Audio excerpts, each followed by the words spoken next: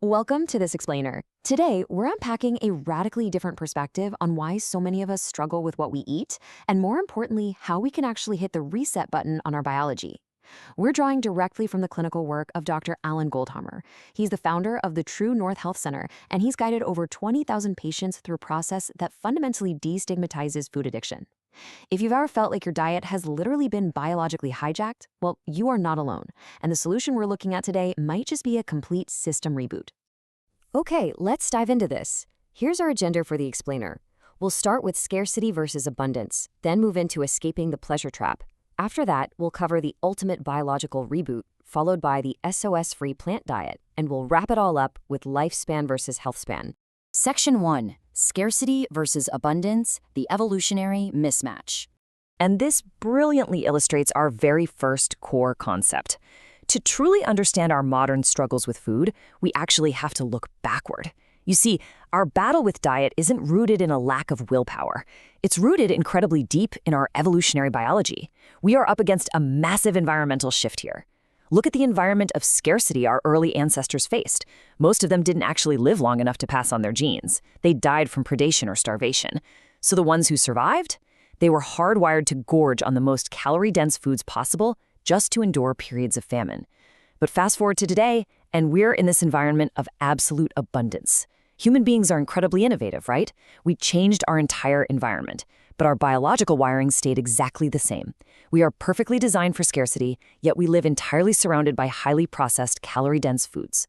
This evolutionary mismatch is exactly what trips us up.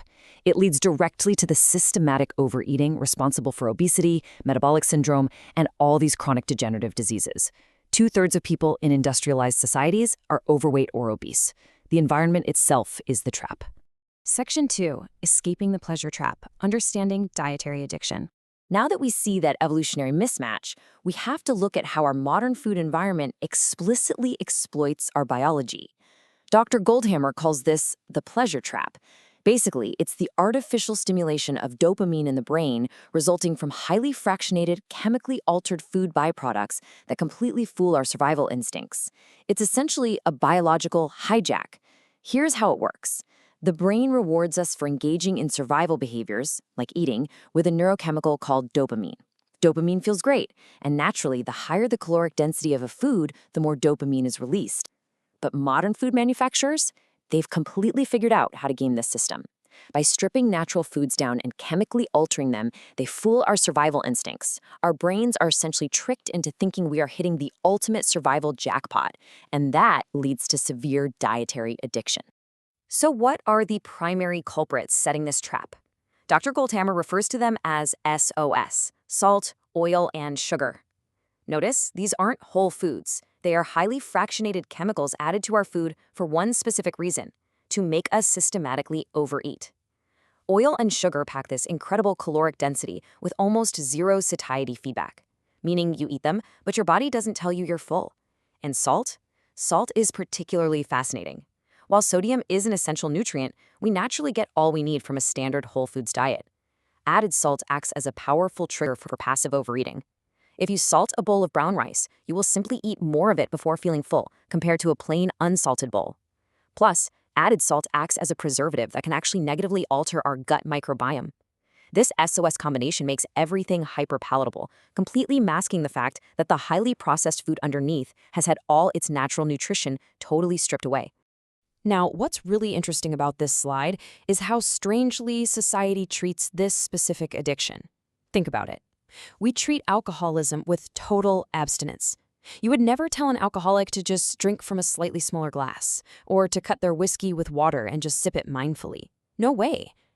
Yet for people suffering from severe obesity and SOS addiction, the medical and societal advice is almost entirely focused on moderation. Eat off a smaller plate or just eat a little less.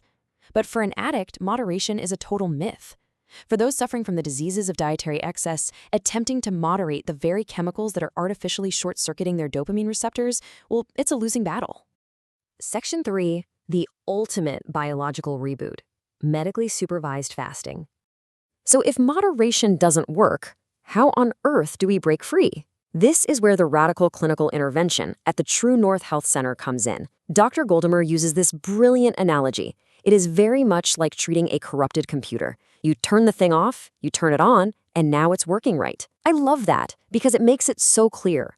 Fasting is absolutely not starvation. It is essentially hitting Control-Alt-Delete on a highly corrupted biological system. When you completely remove all exogenous input, meaning you take in absolutely nothing but pure water, the body immediately goes to work unwinding the physical consequences of dietary excess.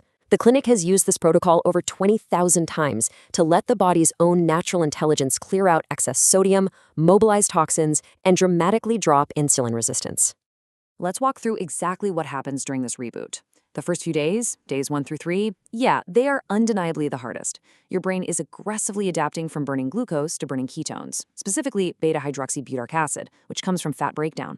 You might feel withdrawal from caffeine, sugar, all those processed foods. But then, by days 4 and 5, this profound shift happens. Your hunger virtually disappears. The body completely acclimates to the fasting state. Patients at the clinic are literally hanging out, socializing, and attending lectures without eating a single bite. During this phase, the body preferentially breaks down visceral fat, which is that really dangerous fat stored around your organs.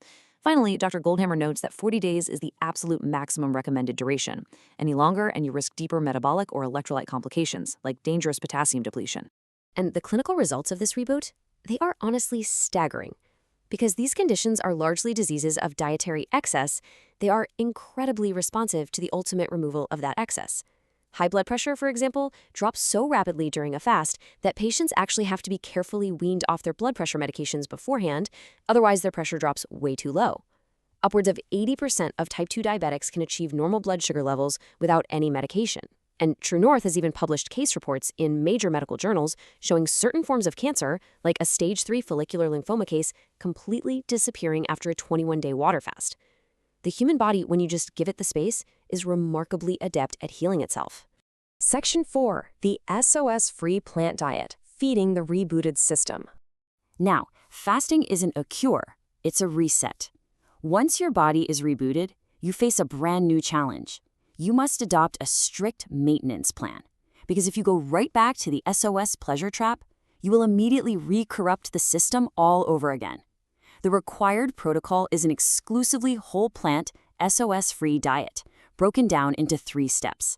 Step 1, eliminate animal products and highly processed foods. Step 2, completely remove those artificial dopamine triggers, salt, oil, and sugar. Step 3, embrace whole fruits, vegetables, grains, beans, nuts, and seeds. Now, I know what you're thinking. To the average person, this sounds extreme. It sounds incredibly restrictive. But remember our addiction model from earlier? For someone facing a quadruple bypass or a lifetime of debilitating diabetes, this level of strict adherence is simply what is required to maintain a newly rebooted, healthy system. Let's move to and see how this builds, because the biggest hurdle to this new diet is that simple whole foods taste incredibly boring to a highly stimulated brain. If you switch abruptly, you're going to feel unsatisfied. Why? Well, look at this. While nicotine withdrawal might take just 4 days, neuroadapting to a low-salt diet takes a full month, and adapting to a low-fat diet, that takes up to 3 agonizing months before your satiety mechanisms recalibrate enough to feel full from simple foods like fruits and vegetables. But here is the magic of fasting. It miraculously speeds up this process. After a medically supervised fast, a simple bowl of steamed vegetables tastes absolutely spectacular. Fasting helps you leapfrog right over the most painful periods of dietary withdrawal. Section 5. Lifespan versus health span. Quality over quantity. 9.6 years. I really want you to let that number sink in for a second. That is the average amount of time an American spends in debility at the very end of their life. Nearly a decade of compromised living, often relegated to a nursing home, suffering the entirely predictable consequences of chronic degenerative diseases caused by dietary excess. So the crucial point is understanding the fundamental difference between lifespan and health span. On the left, lifespan is simply how long you stay breathing, and modern medicine is quite good at keeping us alive longer using pills, procedures, and surgeries, extending the quantity of our years even as our bodies fail. But on the right, health span is the total number of years you spend fully functional, capable, and completely independent. Dr. Goldhamer's assertion is that while genetics and luck definitely play a part in how long you might live, your dietary choices dictate how well you live, right up until the very end. It is all about avoiding that 9.6 years of debility. We've seen that our modern environment is quite literally a trap, engineered to hijack our evolutionary wiring. We've explored the biological reboot of medically supervised fasting and the strict dietary adherence required to maintain a disease-free life. It's definitely not the easy path, but it is a profoundly empowering one. So I'll leave you with this provocative question to ponder. Are you willing to escape the pleasure trap to protect your health span? Thank you so much for joining me for this explainer. I really hope this information empowers you to radically rethink your relationship with food.